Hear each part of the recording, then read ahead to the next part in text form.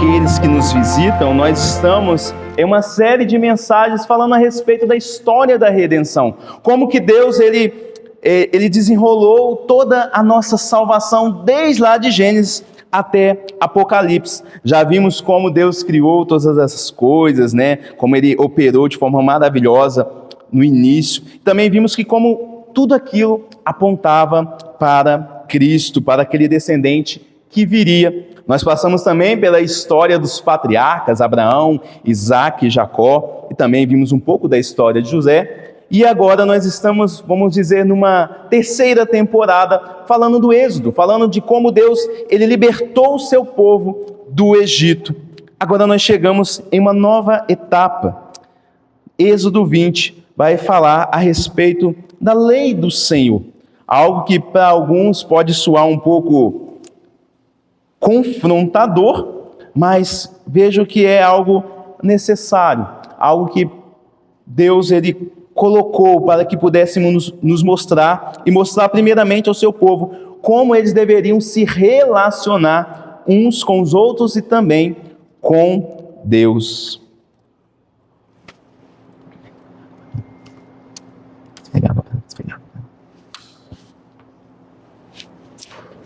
Então nós vamos ler Êxodo, capítulo 20. Diz assim, palavra do nosso Senhor.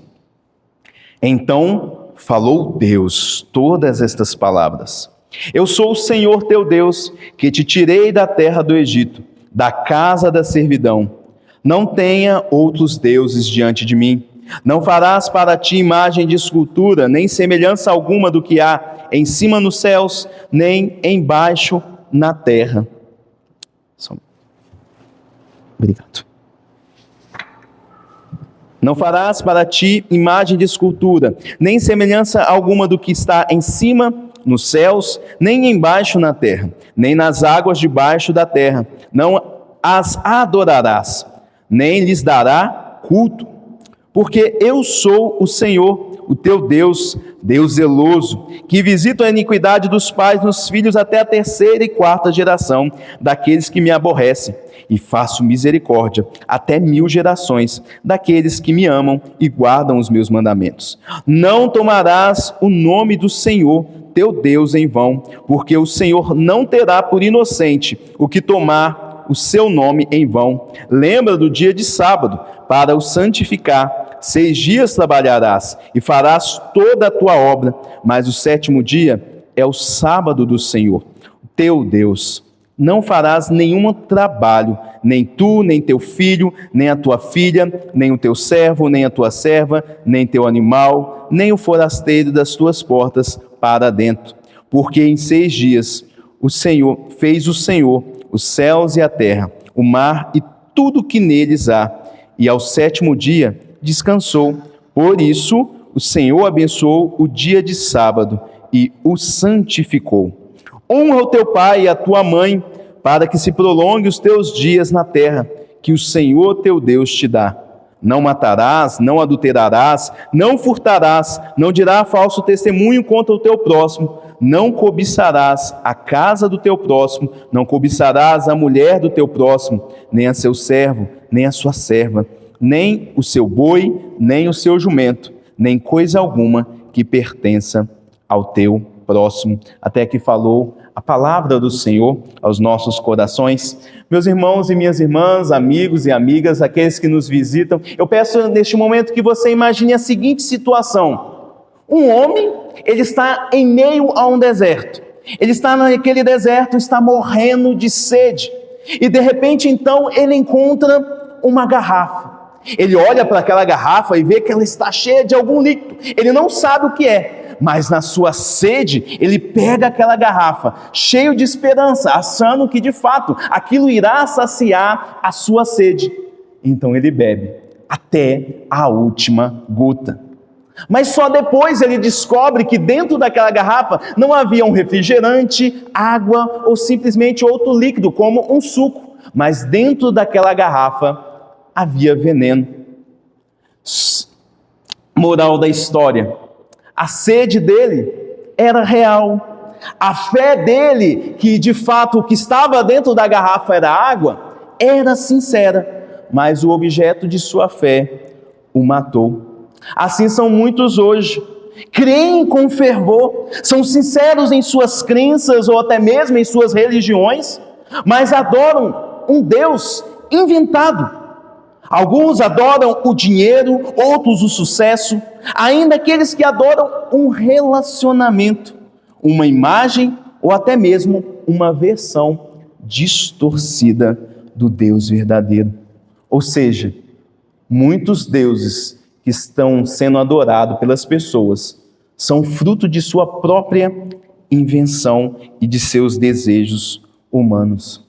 Meus irmãos, os 10 mandamentos, especificamente o primeiro mandamento, ele nos alerta de uma verdade: não basta ter fé, não basta confiar, é preciso adorar o Deus verdadeiro. Nós vemos que no decorrer da história, especificamente, alguns amigos de Daniel, que viviam lá na Babilônia, eles estavam ali e eles preferiram ser lançados em uma fornalha do que adorar uma estátua do rei, construída pelo rei Nabucodonosor. E por isso, meus irmãos, diante de todo esse contexto de adoração, o tema da mensagem, o assunto que nós vamos falar hoje, é sobre quem é o seu Deus, quem está no trono do seu coração. E vamos olhar esse tema à luz do texto que nós lemos e do seu contexto. Lá em Êxodo 20, versículo 1 e 2, eu vou ler novamente, diz assim: então falou Deus. Opa, temos aqui algo, não foi o Moisés que está falando aqui. O próprio Deus está falando com o seu povo todas estas palavras. E o que ele diz? Eu sou o Senhor, o teu Deus, que te tirei da terra do Egito, da casa da servidão. Esse texto aqui, meus irmãos, ele tem um contexto. E que contexto é esse? O povo, como nós vimos na semana passada, eles acabaram de atravessar o Mar Vermelho. Deus havia libertado o seu povo do Egito, uma escravidão que durou 400 anos. E agora está conduzindo o seu povo pelo meio do deserto. E o ponto final, vamos dizer, a chegada deles, está longe. É a terra prometida, a terra de Canaã. Mas no meio do caminho tem o Monte Sinai, o local onde Deus ele vai estabelecer como eles deveriam se relacionar com Deus. E naquele momento Deus ele faz uma aliança com o seu povo. Essa aliança é baseada nessas leis, nós chamamos dos 10 mandamentos, outros chamam das 10 palavras ditas por Deus. E qual que é o propósito de Deus ao dar essas leis ao seu povo? Você lembra? O povo vivia onde? Lá no Egito. Lá ele servia vários e vários deuses. Lá no Egito eles tinham uma mentalidade. Agora eles são livres, foram libertos pelo Senhor. E não somente livres, agora eles são povo de Deus. Eles são pessoas que foram resgatadas pelo Senhor. E agora eles precisam viver de acordo com essa nova identidade. Uma identidade de pessoas que são consagradas, separadas, escolhidas e eleitas do Senhor. E nós estamos aqui neste local, Monte Sinai. Deus ele vai se revelar de forma maravilhosa. Eles vão, no capítulo 19, eles veem Deus se manifestando lá do monte. Eles veem a glória do Senhor, mesmo que à distância. E então, diante disso, Deus fala com eles, e Deus diz algo. Deus não começa dando mandamentos, conforme muitas pessoas pensam.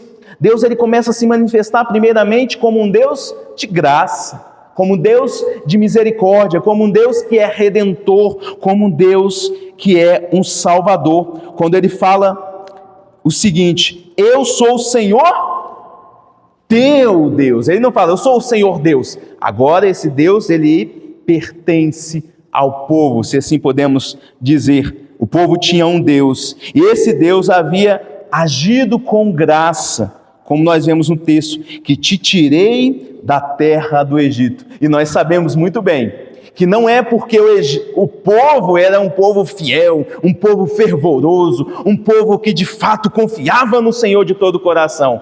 Nós sabemos que Deus os liberta por graça, por misericórdia, por fidelidade às suas promessas feitas a Abraão, a Isaque e a Jacó. Então Deus aqui nesses 2 versículos, ele enfatiza a sua ação salvadora e redentiva, também como a sua autoridade. Bom, eu libertei vocês. Eu tenho agora a autoridade para legislar, para trazer leis para vocês. E também Deus mostra, eu fui um Deus fiel, um Deus que de fato é confiável. Então chegamos no versículo 3, onde Deus dá o primeiro mandamento. Ele diz: não terás outros deuses diante de mim. Interessante desse primeiro mandamento é que ele é a chave e a base para entendermos todos os outros demais mandamentos que Deus dará. E esse mandamento, primeiro mandamento, ele responde uma pergunta. E que pergunta é essa? Quem é o seu Deus? Em outras palavras, quem deve ser adorado pelos seres humanos? E a resposta é simples: somente Deus pode ser adorado. E por que isso? Porque não existe outro. Não existe outro. Deus não tem concorrentes com ele, como se ele tivesse que de fato conquistar a adoração do seu povo. Não, ele não tem concorrentes. E vemos que claramente isso lá no passado, quando Deus ele se manifesta diante dos falsos deuses do Egito. Quando ele lança as 10 pragas, não sei se você sabe, cada praga, Deus está humilhando um falso deus do Egito. Quando ele vai lá e transforma a água do rio Nilo em sangue, Deus estava mostrando que aquele Deus que eles confiavam e adoravam, não tinha poder nenhum. É como se Deus estivesse falando: estou fazendo ele sangrar. E assim, de forma sucessiva, Deus vai mostrando e derrubando e destruindo e destronando cada um dos falsos deuses do Egito. E, em outras palavras, Deus estava mostrando para os egípcios, estava mostrando para o seu povo, que não existem outros deuses. Todas aquelas entidades que eles adoravam eram falsos.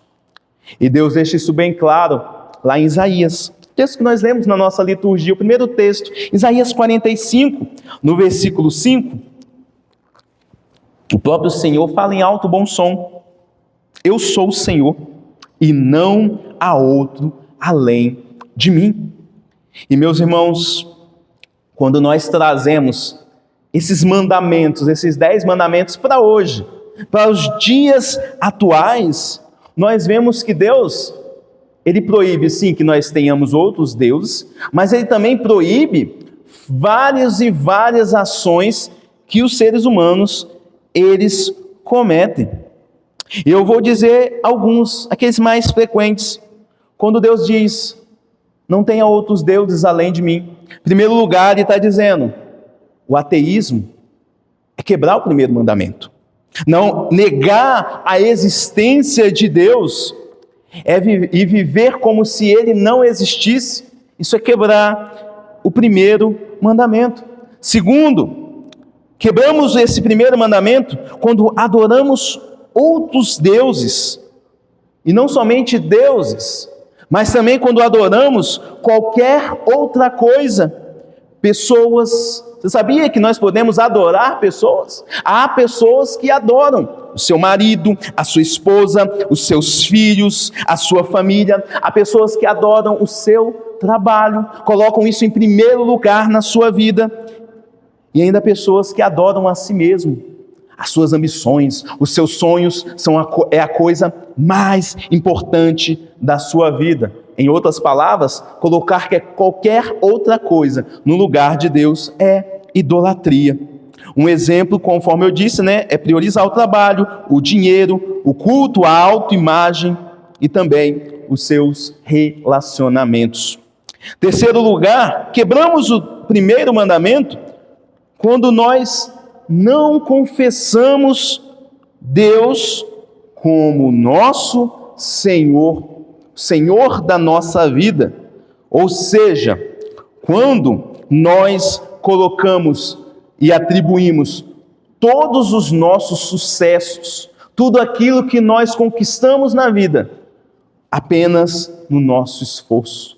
Eu consegui, eu conquistei. Quando eu faço isso, não estou confessando que Ele é o Senhor da minha vida, que não cai nenhuma folha da árvore se Ele não permitir, e que de fato eu conquistei tudo que eu tenho, tudo aquilo que de fato eu comprei com meu esforço, com meu dinheiro, mas isso tudo é fruto da poderosa mão de Deus na minha vida. Ou seja, em outras palavras, é eu não ter gratidão por aquilo que o Senhor me deu.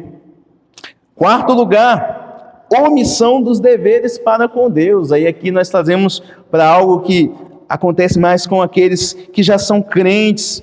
Nós cometemos pecado quando nós negligenciamos a oração, quando nós negligenciamos o culto, o estudo da Bíblia. Isso é quebrar o primeiro mandamento. E hoje nós vemos que é comum as pessoas fazerem isso, as pessoas abandonarem essas práticas espirituais. Alguns dão a desculpa que não tem tempo, outros simplesmente têm outras prioridades na sua vida. Quinto lugar, é o culto às criaturas, anjos, santos e outros. Nós não podemos cultuar estas coisas. Em outras palavras, fazer orações, ou até mesmo ter uma devoção a seres criados. Imagine vocês aqui, vocês gostam muito do pastor, gostam muito de mim, e aí vocês falam: pastor, eu gosto muito, eu devoto toda a minha vida a você, e você é a coisa mais importante. Isso é idolatria. Deus não permite isso. Deus não aceita. Um exemplo que Deus não aceita esse tipo de adoração, que nós muitas das vezes distorcemos, é em relação à intercessão a santos, como mediadores, como aqueles que se colocam entre a gente e Deus. E nós muitas das vezes desprezamos aquilo que Cristo é. A palavra de Deus diz lá primeira carta de Paulo a Timóteo, no capítulo 2, no versículo 5, diz assim: há um só Deus e apenas um só mediador entre Deus e os homens, Cristo Jesus, o homem. Não tem outro, não tem outra, não tem nenhuma outra criatura que possa receber as nossas orações, a nossa devoção, somente o nosso Senhor Jesus. E por último, pactos com o mal. Isso aí está um pouco explícito. Não ter outros deuses diante do Senhor significa que eu não posso fazer pacto com o mal. Trazendo para os nossos dias, significa que eu não posso buscar poder ou algum tipo de superstição ou conhecimento através do ocultismo, ou que significa consultar o horóscopo, procurar lá na revistinha o que traz hoje sobre o meu signo. Cartomantes, práticas esotéricas, isso tudo é condenado no primeiro mandamento. E tem muito mais. Poderíamos falar aqui a mensagem somente daquilo que é proibido, mas nós vamos parar por aqui. Infelizmente, muitas pessoas, elas pensam que os 10 mandamentos somente são proibições. Não faça isso, não toque nisso, não. Mas não é dessa maneira. Esses 10 mandamentos, eles operam em dualidades complementares. Em outras palavras, quando um dever é ordenado, por exemplo, no versículo 12, honre teu pai, o pecado oposto é automaticamente proibido de respeito aos pais.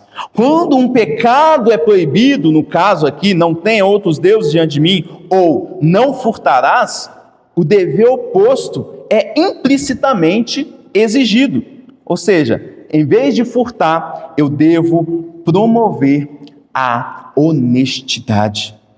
No primeiro mandamento, há vários deveres aqui implícitos, como nós vemos no nosso catecismo, o catecismo da igreja. Na pergunta 104 diz o seguinte: os deveres exigidos no primeiro mandamento são conhecer e reconhecer Deus como o único, verdadeiro Deus e nosso Deus, adorá-lo, glorificá-lo como tal, pensar, meditar nele, lembrar-nos dele, altamente apreciá-lo, honrá-lo, adorá-lo, escolhê-lo, amá-lo, desejá-lo, tê-lo, crer nele, confiando, esperando, deleitando-se e regozijando nele, ter zelo por ele, invocando, dando-lhe todo louvor e agradecimento, prestando-lhe toda a obediência e submissão do homem todo, ter cuidado de agradar em tudo e tristeza quando ele é ofendido em qualquer coisa e andar humildemente com ele. São esses os deveres. E todos esses deveres, implícito no primeiro mandamento, eu quero destacar 2. O primeiro é amá-lo de todo o coração. Amá-lo de todo o coração. E por que esse é o primeiro dever implícito no primeiro mandamento? Porque sem o amor, se o amor não for a motivação central, sabe o que acontece com todas essas leis, esses mandamentos? Nós nos tornamos pessoas legalistas. E nós vemos também que Jesus, o próprio Senhor Jesus, ele diz que essa deve ser a motivação em obedecer a Deus. Lá em João, no capítulo 14, versículo 15, Jesus diz aos seus discípulos: se me amais, guardareis os meus mandamentos. Por isso, os 10 mandamentos, eles estão totalmente, os 10, em vigor nos dias de hoje.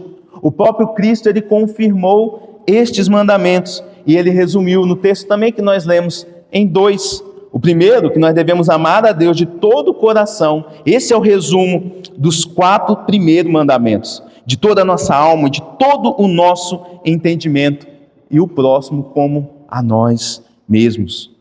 Conforme eu disse, sem amor, adoração, obediência e todos os demais deveres que eu citei, torna-se um legalismo vazio. Ou seja, algo egoísta, algo que eu faço simplesmente para obter algo em troca do Senhor. O segundo dever implícito que eu quero destacar, o primeiro era amar a Deus de todo o coração. É isso que Deus está ordenando nesse primeiro mandamento, falando isso com o seu povo e a nós. Segundo dever é conhecer e reconhecer a Deus. Sem o conhecimento, meus irmãos, conhecimento correto de quem é Deus, a adoração se torna idolatria. Nós vemos isso um pouco mais à frente. O povo, eles viram ali a glória do Senhor, Deus se manifestando em coluna de nuvem, coluna de fogo. Agora eles estão diante do Monte Sinai. Moisés sobe, Moisés está lá há mais de 40 dias, então o povo fica impaciente. E agora, cadê o nosso Deus? Cadê Moisés? Cadê? E diante daquela impaciência, eles resolvem construir um bezerro de ouro. E eles falam: este é o nosso Deus que nos tirou do Egito. Ou seja, eles não tinham ainda um conhecimento de quem era o seu Deus, e que Deus ele proibia que eles criassem qualquer tipo de imagem para o representar. Então, meus irmãos, nós precisamos conhecer a Deus. É isso que Deus está falando com a gente, tem que procurar conhecê-lo. Em outras palavras, não basta ter fé sincera e prestar culto, é necessário adorar o único Deus verdadeiro. Como disse no início, muitas pessoas, são sinceras em sua fé, são sinceras em sua devoção, mas adoram um Deus falso, um Deus inventado. E Deus ele não quer isso para nós. Deus não quer que nós adoramos um Deus inventado pelos nossos próprios desejos. Deus quer que nós nos relacionemos com Ele, que nós o amemos. E por que nós devemos amar a Deus? João, ele fala bem claro, nós o amamos porque Ele nos amou primeiro. Deus, ele é como um pai Quem tem filho aqui sabe que muitas regras são estabelecidas dentro de casa. E por que isso? Para proteção, por amor. Porque você ama o seu filho, então você o protege. Protege por meio de regras, ordens que ele deve obedecer. Para quê? Para que ele possa ser protegido, para que tudo possa ocorrer bem. E esta é a graça nos 10 mandamentos. Deus está protegendo o seu povo, Deus está demonstrando amor, zelo para com o seu povo. Deus quer que esse povo tenha um relacionamento com Ele. E todos os nossos relacionamentos são baseados em regras.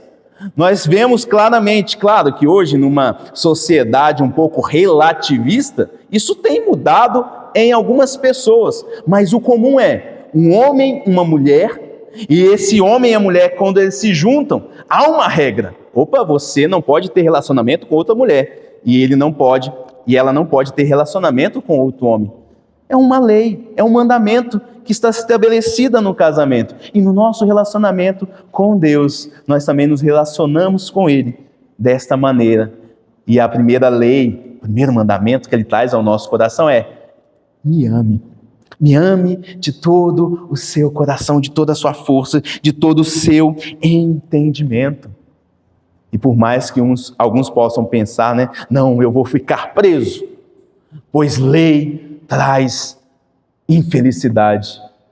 Nós olhamos para o contexto da Bíblia e vemos no primeiro salmo que aquele que teme ao Senhor, o justo, ele tem prazer na lei do Senhor.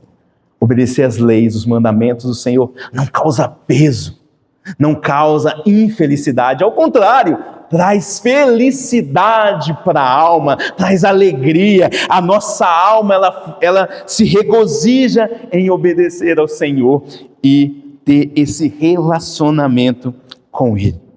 Mas avançando, como você, nós podemos saber se nós estamos de fato adorando ao Deus verdadeiro? De duas maneiras. Primeiro, respondendo e pensando em algumas perguntas. Quem você adora?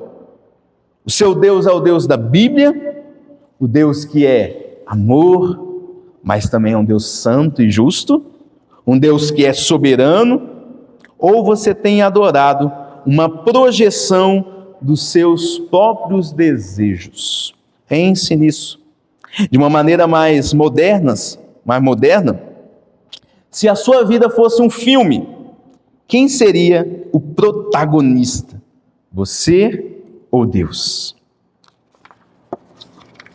Segunda maneira de nós identificarmos se estamos de fato adorando o Deus verdadeiro é refletirmos, pensarmos um pouco. Imagine que aqui na frente tem uma cadeira, um trono. Imagine que dentro do seu coração tem esse trono. E se você fechasse os seus olhos por alguns instantes, quem está sentado lá?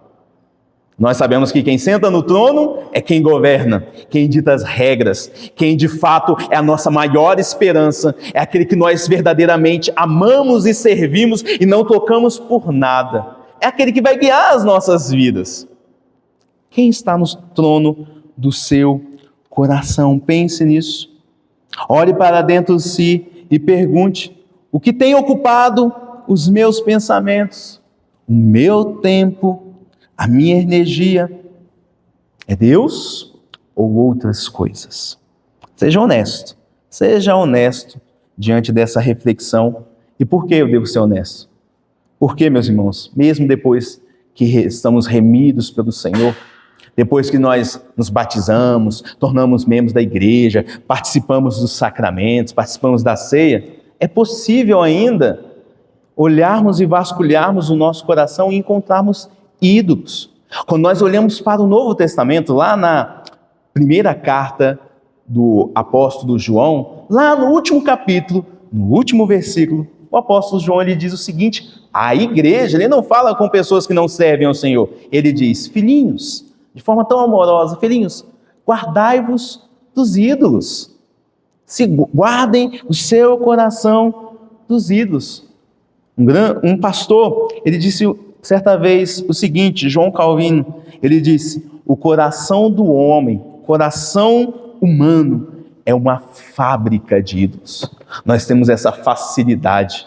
Mesmo depois que encontramos com o Senhor, aí nós encontramos o Senhor, servimos a Ele. E aí o jovem fala assim, mas agora eu quero me casar. Eu quero ter uma esposa ao meu lado. E aí então o Senhor concede a esposa a ele. No entanto, no seu coração, aquela esposa começa a se tornar um ídolo, um Deus. E ditar todas as regras. E ele começa agora a substituir as coisas do Senhor. Começa a faltar à igreja, para de orar, para de jejuar, para de ler a Bíblia, não se dedica com o mesmo empenho ao Senhor. E tudo por quê? Agora ele é um homem casado. Mas na verdade o que aconteceu é que dentro do coração desse menino, desse jovem, dessa pessoa que é temente ao Senhor, que serve ao Senhor e de forma sincera foi batizado, participa dos sacramentos, ele levantou no seu coração esse ídolo. Isso porque o nosso coração, ele é uma fábrica de ídolos, por isso devemos examiná-los a todo momento, a todo instante, e vermos que de fato o que tem ocupado o trono do nosso coração é alguma coisa, ou simplesmente alguma pessoa. E se você encontrar, aqui é um apelo para você: busque arrependimento, busque se arrepender diante do Senhor e se volte para Cristo. Por fim, e concluindo essa mensagem, consideremos que o Senhor, o mesmo Deus que tirou Israel da escravidão, tirou Israel do Egito, esse mesmo Senhor, Ele é quem liberta os crentes hoje do domínio do pecado, do diabo e todos os falsos ídolos que estão em seu coração. E nós sabemos que esse Senhor, Ele faz isso por meio de Jesus Cristo, Ele faz isso por meio daquele que foi enviado para nos salvar. O próprio Senhor Jesus disse exatamente isso. Ele disse: eu vim para destruir as obras do diabo. E Ele faz isso na nossa vida. Fez isso há 2000 anos atrás e continua fazendo, nos libertando de vários e vários ídolos do nosso coração. E nós, olhando para Cristo, nós vemos que de fato Ele veio, foi enviado, nasceu, cresceu, viveu como um homem, como uma pessoa, sofreu, foi tentado. Nós vemos que após Ele ser batizado por João Batista, Ele vai para o deserto. Ele é levado pelo Espírito Santo ao deserto. E lá no deserto ele é tentado pelo próprio Satanás, pelo próprio diabo. Por 3 vezes nós vemos essa tentação. E na última, Satanás logo joga a cartada final. Se curva, se prostra, porque se você se curvar, você se prostrar, eu vou te dar tudo o que você quiser. E é exatamente isso que acontece no nosso coração. Os ídolos, eles prometem, mas a conta é alta demais. Mas nós vemos que o nosso Senhor Jesus, Ele resistiu. Ele falou: não, somente o Senhor teu Deus adorarás. Essa foi a resposta do nosso Senhor Jesus. Em outras palavras, quando nós olhamos para a vida de Jesus, Ele foi o único homem que obedeceu a Deus de forma perfeita. Ele obedeceu esse primeiro mandamento de forma perfeita e completa. E por que Ele fazia isso? Ele mesmo disse em João 4, versículo 34, que a sua comida consistia em fazer a vontade daquele que o enviou e realizar a sua obra. E é por isso que Ele morreu. Ele morreu pela nossa idolatria. Imagine, por um instante, um homem deitado em uma maca, em uma cama de hospital. Dentro do seu corpo há um tumor incurável, algo que de fato lhe traz dor, acaba com a sua vida. E por mais que aquele homem queira se curar sozinho, ele não consegue. O que ele precisa? Ele precisa de um médico. Ele precisa que alguém venha, abra o seu peito e retire o tumor do seu coração, do seu corpo. E desta maneira, meus irmãos, é que nós precisamos de Cristo. Nós precisamos que Cristo venha até o nosso coração e remova o tumor da idolatria e nos dê um coração novo. E Ele faz isso, meus irmãos. Cristo, Ele faz isso por amor. E saber disso nos leva a pensar: como eu devo responder a este grande amor de Deus? 3 maneiras bem práticas.